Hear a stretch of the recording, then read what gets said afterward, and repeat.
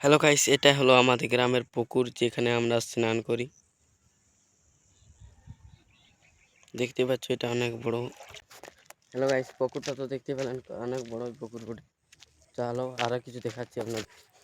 এটা আমাদের ঘর দিকে যাওয়ার রাস্তাটা।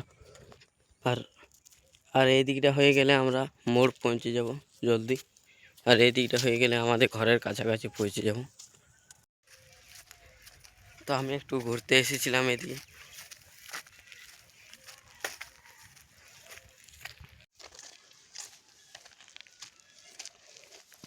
আর একটু হলে আমরা আমাদের বাড়ি পৌঁছে যাব।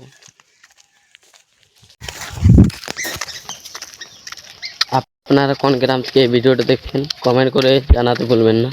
আমিও তো দেখি আমার ভিডিও কত দূর পৌঁছেছে। কমেন্ট করো জলদি জলদি জলদি জলদি।